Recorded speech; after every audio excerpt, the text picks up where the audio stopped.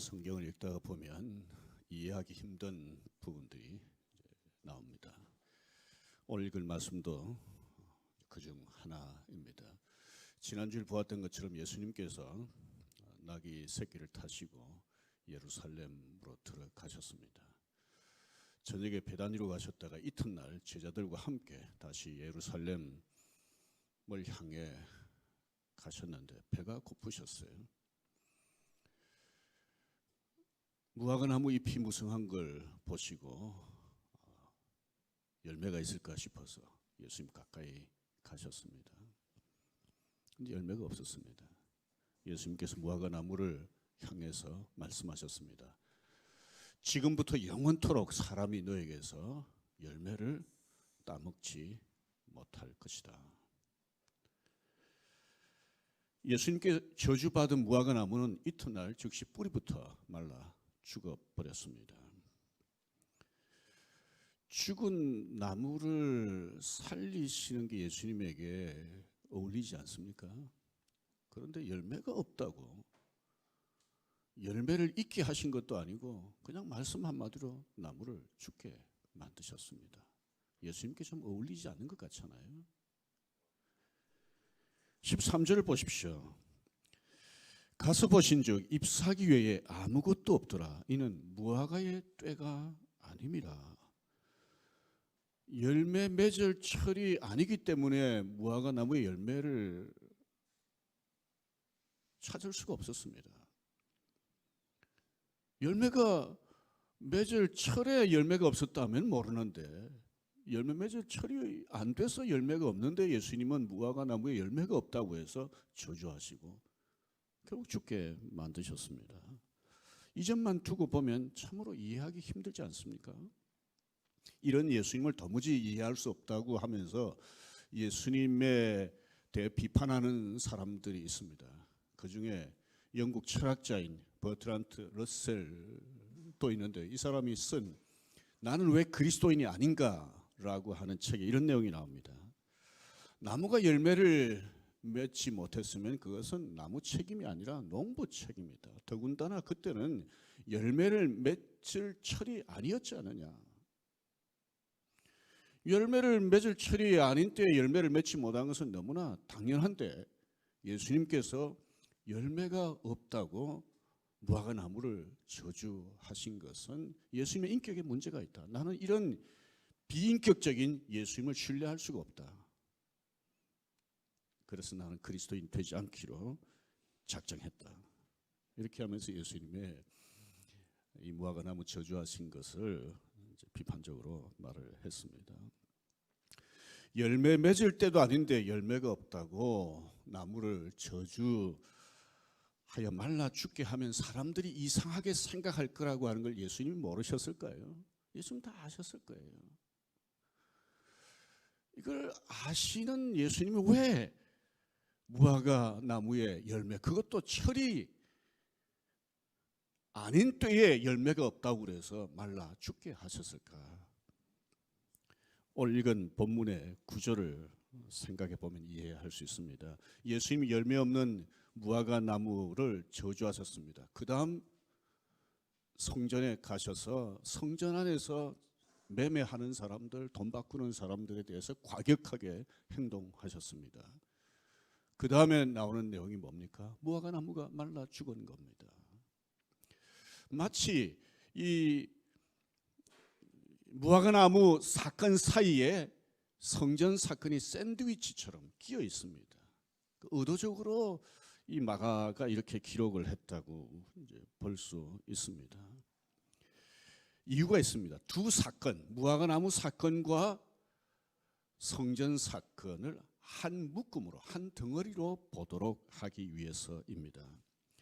열매 맺을 때가 아님에도 불구하고 무화과 나무에 열매가 없다고 저주하여 말라 죽게 하신 것은 성전의 미래, 성전 안에서 매매하는 사람들의 미래, 매매하도록 허락하신 종교 지도자들의 미래, 성전을 중심으로 생활하고 있는 이스라엘 백성의 미래가 무화과 나무처럼 열매 없어서 예수님께 저주받아 말라 죽은 무화과 나무처럼 될 것이라고 하는 것을 보여주기 위해서 이렇게 하셨다라고 볼 수 있습니다. 열매 없는 무화과 나무처럼 하나님께 심판받을 수밖에 없는 성전의 문제, 종교 지도자들의 문제, 백성들의 문제가 무엇입니까? 17절 말씀을 보십시오. 같이 한번 읽어보겠습니다. 기록된 바 내 집은 만민이 기도하는 집이라 칭함을 받으리라고 하지 아니하였느냐? 너희는 강도의 소굴로 만들었다. 하나님의 집 성전을 강도의 소굴로 만들었기 때문에 예수님께서 무화과나무 말라 죽게 하신 것처럼 그렇게 심판하실 것이라고 말씀을 하셨는데요. 여기 왜 하필이면 강도의 소굴이라고 표현을 했을까? 기록된 바라고 그랬잖아요. 그러니까 인용입니다. 무엇의 인용인가 하면 예레미야서 7장 말씀의 인용인데요. 예레미야서 7장 2절부터 11절 사이 좀 깁니다만 읽어보겠습니다. 여호와께 예배하러 이 문으로 들어오는 유다 사람들아, 여호와의 말씀을 들으라. 너희들과 행위를 바르게 하라. 그리하면 내가 너희로 이곳에 살게 하리라. 너희는 이것이 여호와의 성전이라, 여호와의 성전이라, 여호와의 성전이라 하는 거짓말을 믿지 말라. 그 다음에 쭉 넘어가서 9절부터 보겠습니다. 9절에 보면 너희가 도둑질하며 살인하며 간음하며 거짓 맹세하며 바알에게 분향하며 너희가 알지 못하는 다른 신들을 따르면서 내 이름으로 일컬음을 받는 이 집에 들어와서 내 앞에 서서 말하기를 우리가 구원을 얻었나이다 하느냐? 이는 이 모든 가증한 일을 행하려 함이로다. 내 이름으로 일컬음을 받는 이 집이 너희 눈에는 도둑의 소굴로 보이느냐? 예레미야 선지자 시대에는 예수님이 보셨던 것처럼 성전 안에서 매매하는 일이 없었습니다. 성전 안에서 성전 세내기 위해서 돈 바꾸고 하는 일이 없었던 것 같아요. 그런 기록이 없습니다. 그럼 무엇 때문에 성전을 도둑의 소굴로 만들었다고 하나님께서 책망을 하셨습니까? 9절 말씀을 제가 다시 보겠습니다. 너희가 도둑질하며 살인하며 간음하며 거짓 맹세하며 바알에게 분향하며 너희가 알지 못하는 다른 신들을 따르면서, 그러니까 예배하러 예레미야 선지자 시대 이스라엘 백성들이 성전으로 막 몰려들었습니다. 이것이 성전이다 하고 막 몰려들었는데, 그래서 하나님 앞에 예배를 드립니다. 많은 제물로. 그런데 이들이 실제 일상의 삶에서는 어떻게 살았느냐 하면 좀 전에 말씀드렸던 것처럼 도둑질, 살인, 간음, 거짓 맹세, 우상에게 분향하고 거짓 신들을 따르고 그렇게 했다는 거죠. 그런데 그 다음에 그리고 와서 성전에 와서 뭐라고 하는가 하면 10절에 보면 예배 드리면서 우리가 구원을 얻었다라고 말한다는 거죠. 그러니까 예수님이 성전을 강도의 소굴로 만들었다라고 하는 이 말씀은 성전에서 장사하는 것처럼 성전에서 하지 못할 일을 했다라고 하는 것을 지적한 것이라기보다는 강도들이 밖에서 못된 짓을 하고 성전에서 예배드리면서 모든 죄책감을 벗어버리려 했던 것, 그러니까 지금 예레미야 시대 사람들처럼, 그러니까 예수님 당시의 사람들도 예레미야 시대의 사람들처럼 성전 바깥에서 온갖 못된 짓 하고는 교회, 그러니까 성전에 와가지고 많은 제물로 예배드리면서 이제 우리 됐다, 마치 도둑들이 도둑질하고 은신처인 소굴로 와서 우리 이제 안심해도 된다, 이렇게 했던 것처럼 죄책감을 단지 하나님 앞에 제사 드리는 것으로 어떤 식으로 해소해 보려고 했던 점을 지적하신 것이다라고 말할 수 있습니다. 바꿔 말하면 이런 것이죠. 하나님에 대한 경외 없이, 진정한 회개 없이 제사만 드린 사람들을 향한 예수님의 책망입니다. 사실 하나님은 우리가 교회당 바깥에서 무슨 못된 짓을 해도 진심으로 회개하면 다 용서하시지 않습니까? 하나님이 용서하시지 못할 죄가 뭐가 있겠습니까? 그런데 예레미야 선지자 시대 사람들도 그렇고 예수님 당시의 사람들도 그렇고 못된 짓을 진정으로 고칠 마음은 전혀 갖지 않고 하나님 앞에 제사만 드렸다는 것이죠. 예배만 드렸다는 것이죠. 10절 하반절에 보면 이렇게 되어 있습니다. 막 못된 짓 하고 와가지고 이 제사를 드리면서 이제 우리가 구원을 얻었다 그러고는 이제 안심을 하는데 이는 그 다음에 이 모든 가증한 일을 행하려 함이로다. 그러니까 뭐든지 계속 하겠다는 거예요. 삶을 고칠 생각은 전혀 없습니다. 그러니까 제사만 드렸지 예배만 드렸지 하나님 앞에서 진정으로 죄책감을 가지고 회개하고 삶을 고칠 마음은 전혀 없었다는 겁니다. 그저 예배만 형식에 맞춰 하나님께 이제 예배를 드렸으니까 이제 우리들도 강도들이 소굴에 돌아와서 이제 안전하다라고 느끼는 것처럼 우리도 이제 됐다. 이제 아무 일 없을 것이다. 이렇게 생각하고 악한 짓을 계속하는 사람들을 하나님께서 그냥 두지 아니하실 것이다라고 하는 것을 보여주기 위해서 예수님이 열매 없는 무화과 나무를 말라 죽게 하시고 그것을 가지고 이스라엘 백성들에게 경고하신 것이죠. 예루살렘 성전에는 한번 생각해 보십시오. 이 하나님 앞에 이 제사하는 일이 얼마나 풍성했겠습니까? 특별히 예수님이 성전을 방문하셨을 때는 유월절 절기를 앞두고 있었는데 뭐 이 유월절 절기 같은 데는 그 이스라엘 곳곳에서 올라온 사람들 심지어 외국에서 온 사람들까지 모여들었으니까 성전 안이 사람들로 차고 넘쳤습니다. 그리고 이 사람들이 하나님 앞에 바치는 제물이 엄청나게 많았고요. 그리고 성전세도 막 냈으니까 돈도 엄청 많이 모였을 겁니다. 그리고 이들을 섬기는 종교 지도자들 얼마나 분주했겠습니까? 마치 잎이 무성한 무화과 나무 같았습니다. 그러나 예수님 보시기에는 열매 없는 무화과 나무나 똑같았습니다. 이런 종교 지도자들과 이스라엘 백성들에게 경고하시기 위해서 하나님이 그냥 두시지 않는다 계속 이러면 하나님의 심판을 경고하시기 위해서 열매 없는 무화과 나무를 즉시 말라 죽게 하신 것이죠. 이렇게 경고하신 것이죠. 잘못된 길에서 돌이켜라. 삶을 고쳐라. 그래서 진정한 예배자가 되라. 그렇지 않으면 너희들도 무화과 나무가 말라 죽는 것처럼 심판을 피하지 못한다. 예수님이 이런 식으로 사실 무화과 나무를 통해서 경고하셨는데 이스라엘 백성들이 어떻게 반응했습니까? 오늘 읽은 18절 말씀을 제가 읽겠습니다. 대제사장들과 서기관들이 듣고 예수를 어떻게 죽일꼬 꾀하니. 그러니까 예수님의 이 성전 안에서의 행위, 그 다음에 무화과 나무를 통해서 경고하신 이 경고를 통해서 전혀 경고를 받지 못한 겁니다. 자기들 마음에 안 드니까 예수님을 죽일 생각을 한 것이죠. 그래서 결국 어떻게 됐습니까? 무화과 나무가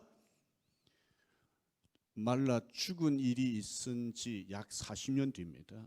실제로 성전이 다 파괴돼 버렸잖아요. 성전이 파괴되면 그 안에서 뭐 드릴 제물이 뭐가 필요하겠습니까? 제사장이 무슨 필요가 있겠습니까? 그리고 나라도 망해버렸잖아요. 하나님이 예레미야 선지자 시대 이스라엘 백성에게 진정 원하신 게 뭐였습니까?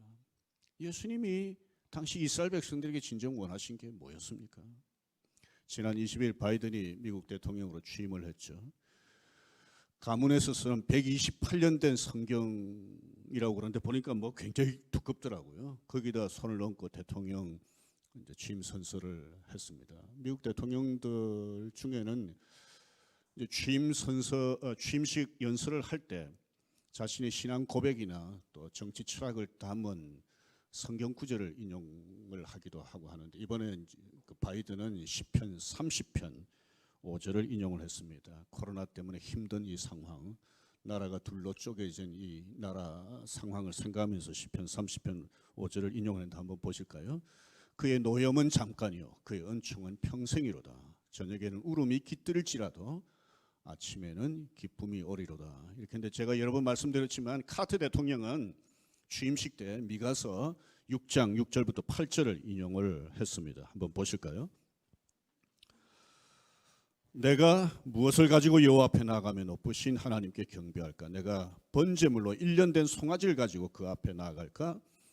여호와께서 천천의 순양이나 만만의 강물 같은 기름을 기뻐하실까? 내 허물을 위하여 내 맏아들을 내 영혼의 죄로 말미암아 내 몸의 열매를 드릴까?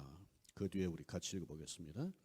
사람아, 주께서 선한 것이 무엇임을 내게 보이셨나니 여호와께서 내게 구하시는 것은 오직 정의를 행하며 인자를 사랑하며 겸손하게 내 하나님과 함께 행하는 것이 아니냐. 여기 인자를 사랑한다는 말은 to love mercy라는 말입니다. 그러니까 인자는 mercy를 얘기하는데 다른 사람에게 관대하게 대하고 자비를 베푸는 이런 행위를 얘기하는 것이죠. 그래서 하나님이 원하시는 게 뭔가? 많은 재물을 가지고 드리는 예배인가? 예, 하나님의 예배를 원하세요. 구약 성경을 보면 하나님 앞에 어떻게 예배를 드려야 될지 예배 제도에 대해서 말씀하잖아요. 예배를 주관하는 이 제사장을 어떻게 세워야 될지, 그리고 예배 드리는 장소인 성막을 어떻게 만들어야 될지 하나님께서 직접 세세하게 가르쳐 주셨습니다. 그런데 하나님의 경고를 듣고도 삶을 고치지 않는 사람들에게 어떻게 하나님이 하셨습니까? 예배를 아예 못 드리게 만드셨어요. 예배드리는 성전을 아예 없애버렸습니다. 제사장도 아까 말씀드렸던 것처럼 예배드릴 사람이 없는데 제사장이 무슨 일을 하겠습니까? 더 이상 분주하지 않도록 만들어 버리셨어요. 심지어 선택받은 민족이라고 자부하던 이스라엘 나라도 망하게 하셨습니다. 그래서 여기서 우리가 보는 게 뭡니까? 하나님이 진정 원하시는 게 뭐냐? 예배냐 아니면 예배 이전에 그 무엇이냐 하는 것이죠. 미가서 6장 8절 다시 한번 보십시오. 여호와께서 내게 구하시는 것은 오직 정의를 행하며 인자를 사랑하며 겸손하게 내 하나님과 함께 행하는 것이 아니냐. 예배는 아무리 강조해도 지나치지 않습니다. 예배가 중요해요. 그런데 하나님이 원하시는 것은 단지 예배가 아닙니다. 예배자가 진정 하나님을 사랑하는가? 예배자가 진정 이웃을 사랑하는가? 그걸 보신다는 겁니다. 우리 코로나 골짜기를 지나면서 안타깝고 아쉬운 일이 참 많습니다. 그중 하나가 함께 모이지 못하는 것이고 함께 얼굴을 마주하면서 예배하지 못하는 것입니다. 우리는 더 그렇잖아요. 우리 소유의 예배당이 없으니까 다른 교회는 모여서 예배를 드리는데도 우리는 함께 모이지도 못하고 예배도 못 드리고 그러지 않았습니까? 그런데 우리 한번 이 시간 질문해 봐야 돼요. 하나님이 원하시는 게 진정 뭔가? 예배를 드리는 멋진 건물, 잘 짜여진 예배 순서, 아름다운 찬양, 성도들이 함께 드리는 웅장한 찬송, 엄숙한 기도, 멋진 설교, 이런 것들인가요? 다시 말하지만 오해하지 마십시오. 이런 것들이 아무 의미 없다는 게 아닙니다. 하지만 이런 것 이전에 하나님이 우리 예배자에게, 설교하는 설교자에게, 찬양하는 우리 모든 성도들에게, 기도하는 우리 장로님들에게, 예배 순서에 봉사하는 모든 봉사자들에게 요구하시는 게 뭔가?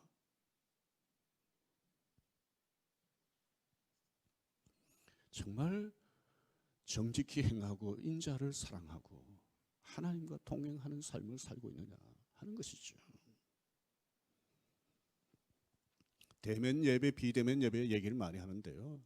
하나님이 원하시는 게 뭡니까? 대면 예배입니까? 예, 대면 예배 중요하죠. 우리가 대면 예배하지 못하기 때문에 아쉬운 것들이 많다고 아까도 말씀을 드렸는데요. 대면이냐 비대면이냐보다 더 중요한 게 뭡니까?